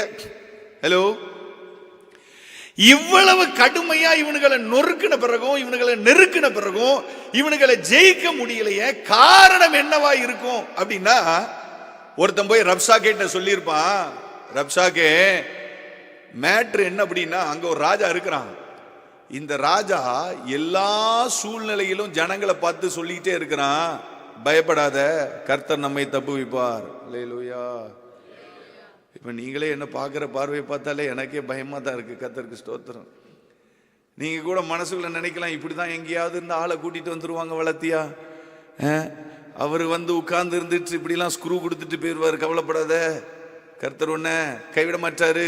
கவலைப்படாத, கர்த்தர் உன்னை விட மாட்டாரு. கவலைப்படாத, கர்த்தர் உன்னை கைவிட மாட்டார். நிச்சயம் அவர் உன்னை தப்புவிப்பார். அல்லேலூயா. இந்த ரப்சாக்கே சொல்றா, இப்படியெல்லாம் சொல்லி அவன் உங்களை நம்ப பண்ணுவான். எவ்வளவு அழகா சொல்றான் பாத்தீங்களா. இப்படி எல்லாம் சொல்லுவான், வந்து உட்கார்ந்துட்டு 4000 கிலோமீட்டர் தாண்டி ஒருத்தன் வந்து சொல்லுவான், கவலைப்படாத, கர்த்தர் உன்னை கைவிடவே மாட்டார், கைவிடவே மாட்டார்னு சொல்லிக்கிட்டே இருப்பான். ஆனா நீ என்ன செஞ்சிடக்கூடாது, காது கொடுத்துறாத, கேட்றாத, நம்பிராத, ஏன்னா இவன் உன்னை வஞ்சிக்க பார்ப்பான் அப்படின்னு போதனை கொடுக்கப்படுகிறது. ஆனால் எசேக்கியா சொல்லிக் கொண்டே இருக்கிறார், கர்த்தர் நம்மை நிச்சயமாகவே அவர் தப்புவிப்பார். அல்லேலூயா. டஃப்பான நேரங்கள்ல, கடினமான நேரங்களில் நம்மை பலப்படுத்துகிற, நம்மை திடப்படுத்துகிற, நம்முடைய விசுவாசத்தை தட்டி எழுப்புகிற தேவனது வார்த்தைகளை நம்முடைய வாயிலிருந்து பேசிக்கொண்டே, அறிக்கை செய்து கொண்டே தேவனுக்காக நம்ம காத்து கொண்டிருக்கணும். இப்ப 2 காரியத்தை நான் சொன்னேன். இந்த அறிக்கை செய்கிற காரியங்களை நம்ம ஆதியாகமத்திலிருந்தே பார்க்கலாம். நிறைய பிளென்டி ஆஃப் மேட்டர்ஸ் இருக்கு. இப்ப நம்ம ஒவ்வொரு காரியங்களையும் வாசித்து பார்க்க முடியாது. 2 காரியங்களை சொன்னேன். ஒன்று, கர்த்தரை நோக்கி பாருங்கள். 2வது, கர்த்தருடைய வார்த்தைகளை விசுவாசத்தோட அறிக்கை செய்யுங்கள். மூணாவது ஒரு காரியத்தை நம்ம வாசிக்கலாம். சங்கீதங்களின் புஸ்தகம் 27வது சங்கீதம். சங்கீதங்களின் புஸ்தகம் 27வது சங்கீதம். திருப்பிக் கொள்ளுங்க. 13, 14 வசனங்களை வாசிக்க போகிறோம். 685வது பக்கம். பைபிளை திருப்பிக் கொண்டீர்களா? 685வது பக்கம். சங்கீதம் 27 அதனுடைய 12 இருந்து வாசிக்கலாமே. 12, 13, 14 எல்லாம் சேர்ந்து வாசிக்கலாம். 12 இருந்து. தேங்க்யூ. பொய் சாட்சிகளும் ஆக்கிரமித்து சீறுகிறவர்களும் எனக்கு விரோதமாய் எழும்பி இருக்கிறார்கள். நானோ ஜீவனுள்ளோர் தேசத்திலே கர்த்தருடைய நன்மையை காண்பேன் என்று விசுவாசியாதிருந்தால் கெட்டு போயிருப்பேன். கர்த்தருக்கு காத்திரு, திடமனதாயிரு, அவர் உன் இருதயத்தை ஸ்திரப்படுத்துவார். கர்த்தருக்கே காத்திரு. அந்த வார்த்தை இன்னொரு தடவை வாசிக்கலாமா? 14வது வசனத்தை ஒரு 2 தடவை நல்லா நிறுத்தி நிதானமா பொறுமையா வாசிங்க பார்க்கலாம்.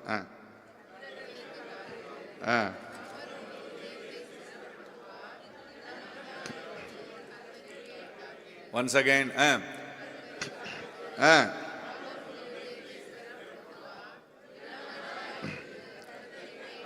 திடமனதாய் இருந்து கர்த்தருக்கே காத்திரு. கைகளை உயர்த்தி, இந்த வார்த்தைக்காக கைகளை உயர்த்தி ஆண்டவருக்கு ஒரு அல்லேலூயா சொல்லுங்க பார்க்கலாமே. அல்லேலூயா, அல்லேலூயா. மூணாவது நான் உங்கள்கிட்ட சொல்றேன், முதல்ல நான் சொன்னேன் கர்த்தரை நோக்கி பார்க்கணும். ரெண்டாவது நான் சொன்னேன் கர்த்தருடைய வார்த்தைகளை நம்ம பேசணும். மூணாவது நான் சொல்லுகிறேன் கர்த்தருக்கு காத்திருக்க வேண்டும். பக்கத்துல பார்த்து சொல்லுங்க, கர்த்தருக்கு. கொஞ்சம் பக்கத்துல பார்த்து சொல்லுங்க, கர்த்தருக்கு. கர்த்தருக்கு காத்திருக்கணும். இன்னும் 2-3 தடவை சொல்லுங்க பார்க்கலாம், கர்த்தருக்கு. நம்ம ஆட்கள் ஏர்போர்ட்லாம் 4 மணி நேரம் 5 மணி நேரம் காத்திருக்கிறதுக்கு ஒரு நாள் என்ன செய்ய மாட்டாங்க, வருத்தப்படவே மாட்டாங்க. யாரும் நான் போன உடனே ஃப்ளைட் எடுக்கணும்னு சொல்லி யாராவது சொல்றது உண்டா? அதெல்லாம் கிடையாது. நான் இப்போ ஏர்போர்ட்டுக்கு போவேன், போன உடனே ஒரு நிமிஷம் கூட நான் நிற்க மாட்டேன். நான் என்ன செய்யணும், நேராக கிடுக்கிட்டு உள்ள போகணும். நான் ஏறின உடனே பைலட் என்ன செய்யணும் சொல்றோமா? அதெல்லாம் நமக்கு நல்லா தெளிவா தெரியும். யாரும் என்ன செய்யறது இல்லை, சொல்றது இல்லை. நம்ம ஆபீஸ்க்கு போறோம், நம்ம ஆபீஸ்க்கு வெஹிக்கிள் வருது, பொறுமையா 10 நிமிஷத்துக்கு முன்னால போய் காத்து இருக்கிறோமா? ஆமாவா இல்லையா? ஒன்னு இப்படி தலையாட்டுங்க, இல்லைன்னா இப்படி தலையாட்டுங்க, ஏதாவது ஒண்ணு செய்யுங்களேன். ஸ்தோத்திரம். ஆமாவா இல்லையா? ஏன் ஆமாவா இல்லையா?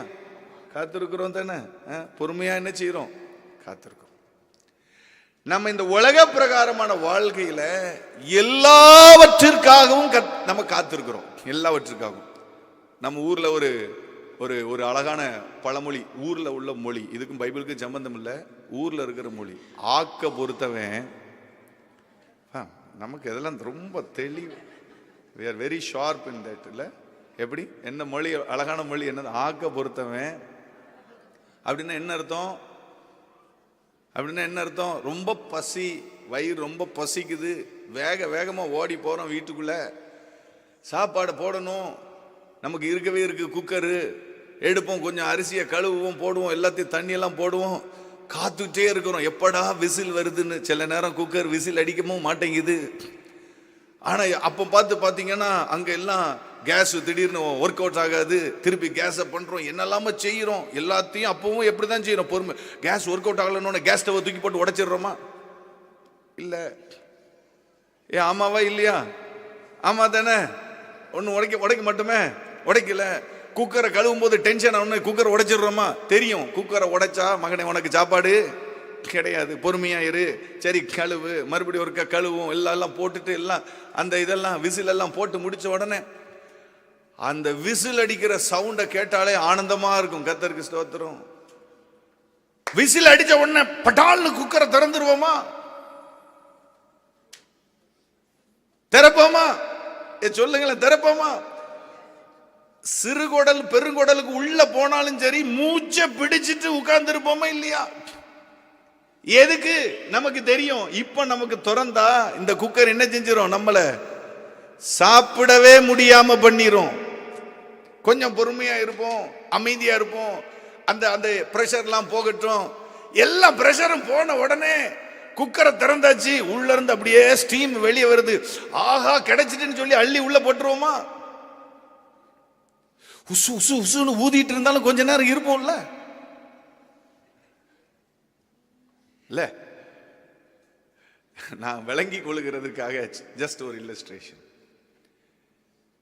எல்லாவற்றையும் பொறுமையோடு சகித்துக் கொண்டு கடைசி வரைக்கும் வந்திருக்கிற தெய்வ ஜனமே, the last momentல கர்த்தர் உனக்கு கிரியை நடப்பிக்க போகிற அந்த தருணத்துல நீ அவசரப்பட்டு விடக்கூடாது.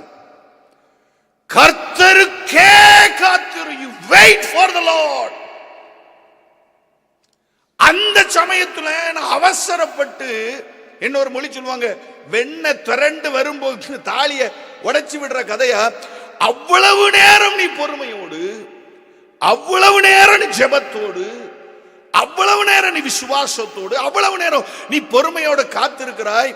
அப்படி காத்திருந்தபடியினால probably உன் மனசு தடுமாறி கொண்டிருக்கும், உன் மனசு பலவீனப்பட்டு கொண்டிருக்கும், உன் இருதயம் தியங்கி கொண்டிருக்கும், உன் இருதயம் கலங்கி கொண்டிருக்கும். பைபிள் சொல்லுது, திடமனதாயிரு, திடமனதாயிரு. Wait for the Lord. இன்னமும் கொஞ்ச நேரம், இன்னமும் மூச்சை பிடிச்சுக்க, இன்னமும் கொஞ்சம் டைம். கர்த்தருக்காக காத்து கொண்டு இரு. நம்ம வேதத்துல வாசிச்சு பார்த்தோம் பாத்தீங்களா, சுவிசேஷ புஸ்தகத்துல வாசிச்சு பார்க்கும்போது எவீருவின் வாழ்க்கையை குறித்து நம்ம வாசித்து பார்க்கிறோம். என்ன ரொம்ப ரொம்ப ரொம்ப டச் பண்ண ஒரு பயங்கரமான காரியம் அந்த எவீருவின் வாழ்க்கை. ஆண்டவரை அழைத்தது யாருன்னா எவீரு அழைத்தார். ஆண்டவர் ஆண்டவரே என் குமாரத்தி வியாதிப்பட்டிருக்கிறாள், 12 வயசு பிள்ளை வியாதிப்பட்டிருக்கிறாள், நீர் அவளை சுகமாக்க வேண்டும் என்று அழைத்தது யாருன்னா எவீரு அழைத்தார். யோசிச்சு பாருங்க, தன்னுடைய பிள்ளை சாக கிடக்கிற போது அந்த மனுஷனுடைய இருதயம் எப்படி தவித்திருக்கும். ஜெப ஆலய தொலைவன், அவரால் முடிஞ்ச அளவுக்கு அவர் ஜெபம் பண்ணி இருப்பாரு, அவரால் முடிஞ்ச அளவுக்கு அவர் பிரயாசப்பட்டிருப்பாரு. எல்லாம் முடிந்தது அப்படின்னு சொல்லி தீர்மானிக்கிற பொழுது he went to Jesus, இயேசுவின் இடத்துல போனார். எனக்கு சுகமாக்குங்க அப்படின்னு சொல்லி போனார். இயேசு புறப்பட்டு வருகிறார். இப்ப நல்லா கவனிக்கணும், இயேசு புறப்பட்டு வருகிறார். இந்த தகப்பனுடைய இருதயம் எப்படி இருந்திருக்கும்? பொதுவா நாமளா இருந்தா, இந்த காலத்துல இருந்தா நல்ல பெரிய பெரிய கார்லாம் இந்த உலகத்துல ஓடுது. ஆண்டவர் தூக்கி காருக்குள்ள போட்டுட்டு ஒரே அழுத்து 120 கிலோமீட்டர் ஸ்பீட்ல நம்ம வீட்டுக்கு முன்னாலதான் போய் நிற்கும். ஆனா அந்த காலத்துல அப்படி இல்லை. ஆண்டவரோடு கூட சீஷர்கள் எல்லாரும் புறப்பட்டு வராங்க. இந்த எவீருவுக்கு இருதயம் எப்படி இருந்திருக்கும்? இவரு கொஞ்சம் சீக்கிரமா வரமாட்டாரா? ஆமாவா இல்லையா? இவரு கொஞ்சம் சீக்கிரமா வரமாட்டாரா? இவரு இவ்வளவு மெதுவா நடப்பாரா? அவரு ஸ்பீட்ல தான் நடந்துட்டு வருவார். கொஞ்சம் வேகமா வரமாட்டாரா அப்படின்னு இந்த எவீரு நினைச்சிருக்கலாம். அந்த தருணத்துக்குள்ள திடீர்னு ஒரு அம்மா உள்ள நுழைகிறாங்க. கர்த்தருக்கு ஸ்தோத்திரம். 12 வருஷம் பெரும்பாடு உள்ள ஸ்திரீ இயேசுவை குறித்து கேள்விப்பட்டு பிக்சர்ல இல்லாத ஒரு அம்மா உள்ள வந்துட்டாங்க. உள்ள இயேசுவை தொட்டு விட்டார்கள். இயேசு நின்னுட்டாரு, நடந்துட்டு இருந்தவர் நின்னுட்டார். இந்த எவீருக்கு அவ்வளவு டென்ஷன் வந்திருக்கும். என்னடா இவர் நடந்து வந்துட்டு இருந்தார், நின்னுட்டாரு. இயேசு இப்ப ஒரு கேள்வி கேட்கிறார், என்னை தொட்டவன் யார்? சீஷர்கள்லாம் சொல்றாங்க. அங்க ஒரு பெரிய கான்வர்சேஷன் நடக்கு. நான் இப்போ இந்த விஷயங்கள் எல்லாம் சொல்லும் போது எவீருவின் மனநிலைமை எப்படி இருக்கும் அப்படிங்கறத நம்ம யோசித்து கொண்டே இருக்கணும்.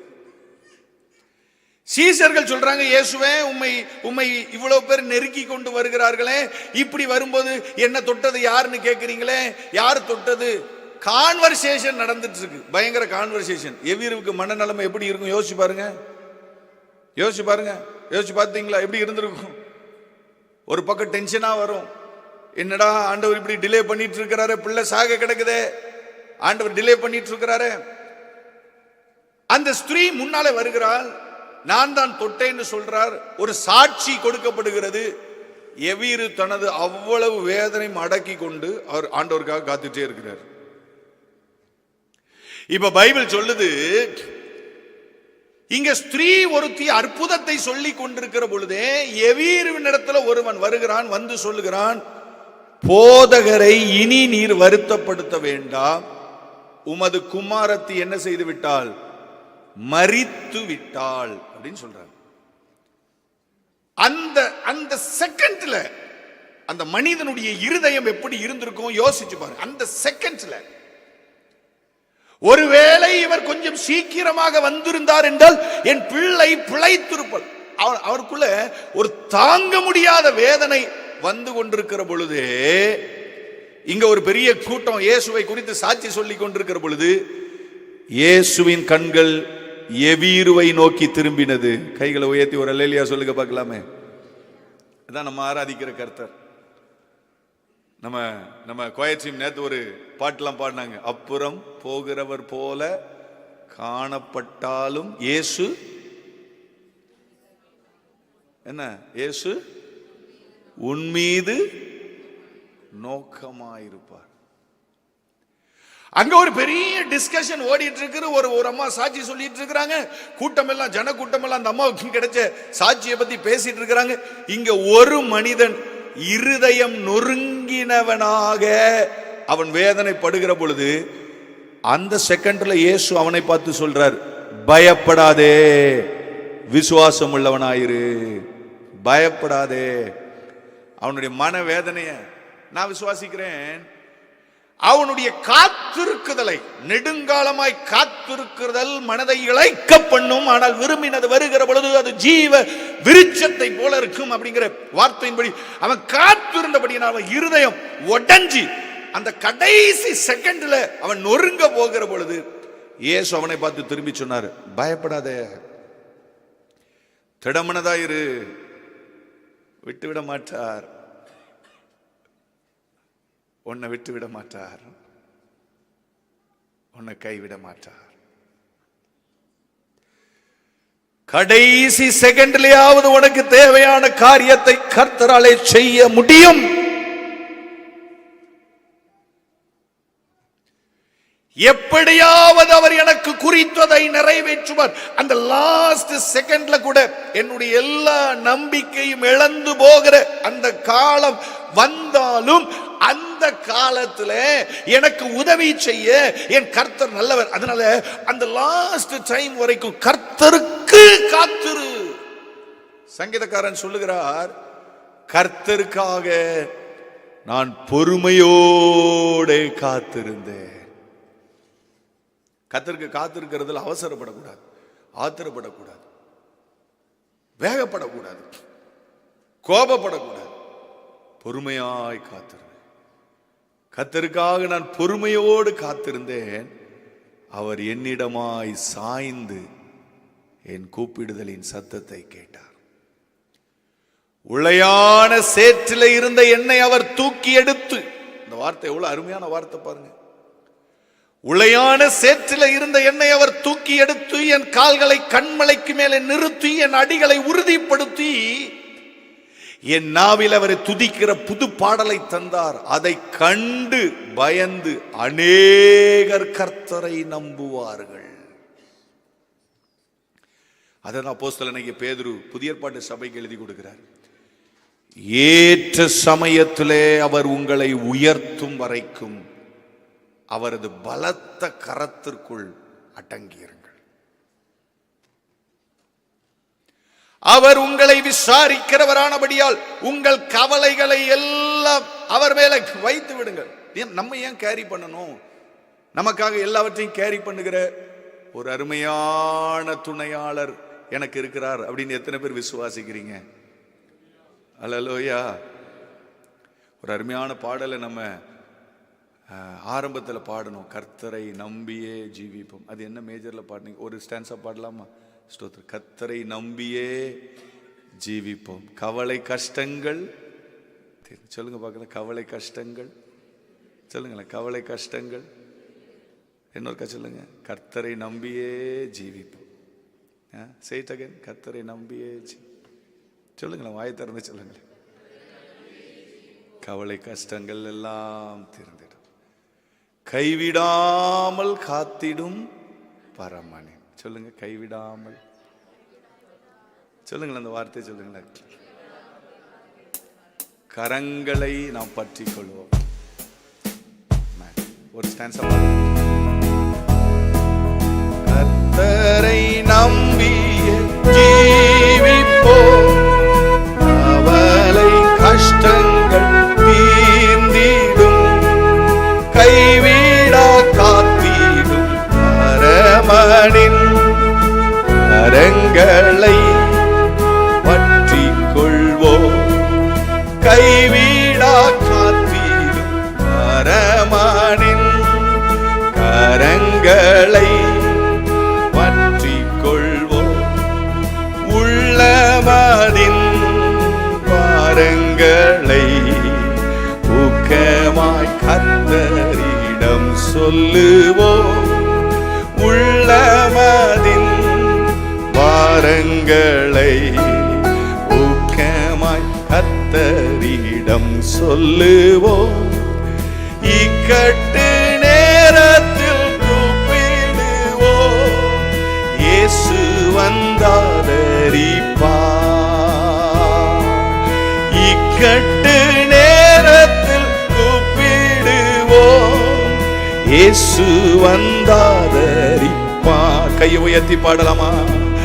கர்த்தரை நம்பிய ஜீவிப்போம், கவலை கைவிடா பரமனின் பற்றி கொள்வேன், கைவிடா காத்திடும் கரங்களை பற்றி கொள்வோம். ஜீவதேவன் பின் செல்லுவோம். ஜீவ ஒளிதானை கண்டடைவோம். ஜீவதேவன் பின் செல்லுவோம். ஜீவ ஒளிதானை கண்டடைவோம். மனதின் காரிருள் நீங்கிடவே சமாதானம் தங்கும். அப்படி எல்லாரும் எழுப்பி நிற்கலாமா? அப்படி இருக்கையில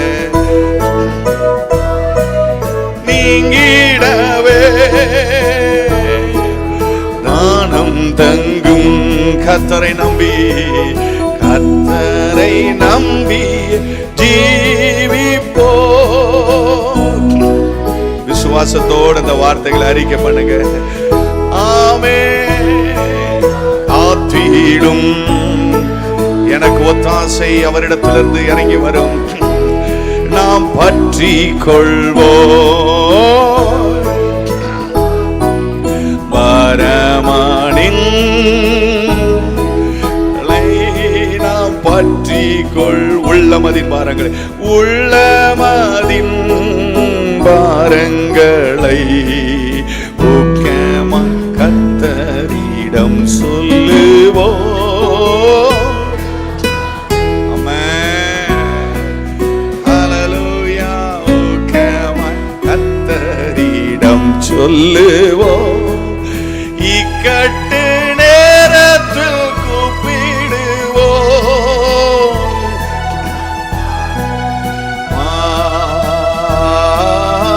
இக்கட்டு நேரத்தில் இயேசு வந்தாதரிப்பா. அல்லேலூயா. அல்லேலூயா. அப்படி ஆண்டவரை மகிமைப்படுத்துங்க. உங்க மனதில் இருக்கிற பாரங்கள் எல்லாம் விலகட்டும். நன்றியோடு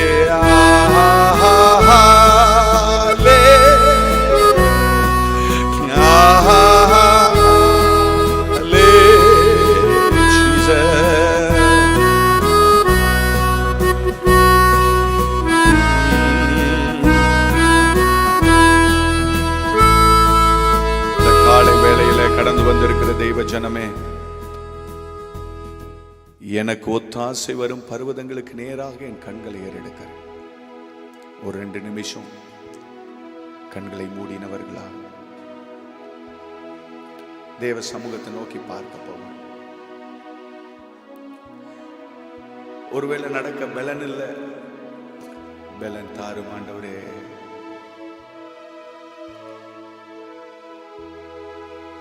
தனித்தனியாய் ஆண்டவரிடத்தில் ஜெபம் பண்ண எனக்கு சகாயம் பண்ண தீ விரிப்பீராக. கேளுங்க ஆண்டவர், எனக்கு துணை செய்ய தீ விரிப்பீராக. வானத்தையும் பூமியையும் உண்டாக்கின கர்த்தரிடத்திலிருந்து எனக்கு ஒத்தாசை வரும் அப்படின்னு எழுதப்பட்டிருக்கிறது. அவர் உங்களை விசாரிக்கிறவரானபடியால் உங்கள் கவலைகளை எல்லாம் அவர் மேல் வைத்து விடுங்கள் அப்படின்னு எழுதப்பட்டிருக்கு. இன்னைக்கு காலை வேளையில என் கவலையெல்லாம் உங்க மேல வச்சு விடுகிறேன் ஆண்டவர். ஒரு 2 நிமிஷம் ஜெபம் பண்ணுங்களேன் எல்லாருமே. Take this opportunity. Pray with God. இந்த சந்தர்ப்பத்தை எடுத்துக்கொண்டு கர்த்தருடைய சமூகத்தில் ஆண்டவரே என் கவலை எல்லாம் வச்சு விடுகிறேன். நான் உள்ள வரும்போது ரொம்ப வேதனையோடு உடைஞ்ச இருதயத்தோடு உள்ள வந்தேன். வெளியே போகும்போது நம்பிக்கையும் விசுவாசத்தையும் சுமந்து கொண்டு வெளியே போகிறேன். என் உள்ளத்தை அழுத்தி கொண்டிருக்கிற பாரம் எல்லாற்றையும் நான் இப்ப இங்க வைக்கிறேன். அவிசுவாசமான இருதயத்தோடு அல்ல, விசுவாசமுள்ள கண்களோடு, விசுவாசமுள்ள வார்த்தையோடு, விசுவாசமுள்ள சிந்தையோடு எனக்கு குறித்திருக்கிறதை நிறைவேற்றி வாய்க்குது அந்த முடிகிற நாள் வரைக்கும் பலப்பட்ட இருதயத்தோடு நான் ஓடணும். எனக்கு கிருபை தாரும் ஆண்டவரே. முடிந்தவர்கள் கைகளை உயர்த்தி உங்களால வாய் திறந்து சொல்ல முடியும்னா வாய் திறந்து சொல்லுங்க. இயேசுவே என் மேல் கிருபையாயிரும். இவ்வளவுதான் சத்தமா சொல்ல முடியுமா? சொல்லிக்கிட்டே இருங்க. இயேசுவே கிருபையாயிரும். Say it again, say it again. சொல்லுங்க சொல்லுங்க, திரும்ப திரும்ப சொல்லுங்க, திரும்ப திரும்ப சொல்லுங்க. இயேசுவே. அன்னைக்கு அவருக்கு கூப்பிட்டார் ஒரு குருடன். இயேசுவே தாவீதின் குமாரனே என் மேல் இரக்கமாயிரு அப்படின்னு சொல்லி கூப்பிட்டாரு. நீ கூப்பிடுங்க பார்க்கல. இயேசுவேன்னு சொல்லலாம். இயேசுவே. அந்த நாமத்தை அறிக்கை செஞ்சாலே அற்புதம் நடக்கும். வாய் திறந்து சொல்லுங்களேன். இயேசுவே. Say it again, say it again brother, say it again sister. எல்லா நாமத்திலும் மேலான நாமம் அது. Say it again. இயேசுவேன்னு கூப்பிடுங்க. உங்களுக்கு எப்படி ஜெபம் பண்ணணும்னு தெரியலன்னா கூட பரவாயில்ல. With a loud voice you call him. இயேசுவேன்னு கூப்பிடுங்களேன். ஒரு தடவை கூப்பிடுங்களேன். ஒரு தடவை எல்லாரும் சேர்ந்து இயேசுவே. Say it again. போதாது. Say it again. ஜீவன் இறங்கட்டும். சொல்லுங்க. வாய் திறந்து சொல்லுங்க. இயேசுவே கிருபையாய் இருப்பீராக. என்ன ஒரு தடவை வாயை திறந்து சொல்லுங்களேன். வாயை திறந்து சொல்லுங்களேன். வரட்டும், வெளியே வரட்டும். அந்த வாயிலிருந்து அந்த இருதயத்துக்குள்ள இருந்த அந்த தாகம் வெளியே வரட்டும். Come on church, come on church. இயேசுவேன்னு கூப்பிடுங்க. இயேசுவே. சத்தம் உயர்த்தி கூப்பிடுங்க. இயேசுவே கிருபையாயிருப்பீராக, கிருபையாயிருப்பீராக, கிருபையாயிருப்பீராக, கிருபையாயிருப்பீராக. ஆண்டவரே உம்முடைய கையில ஒவ்வொரு பிள்ளைகளையும் ஒப்பு கொடுக்கிறேன். நீரே பார்த்துக் கொள்ளும், பொறுப்படுத்திக் கொள்ளும். உம்முடைய பிள்ளைகளுக்கு வேண்டிய நன்மைகளை கர்த்தர் கட்டளையிடும். இயேசுவின் நாமத்தில் பிதாவே.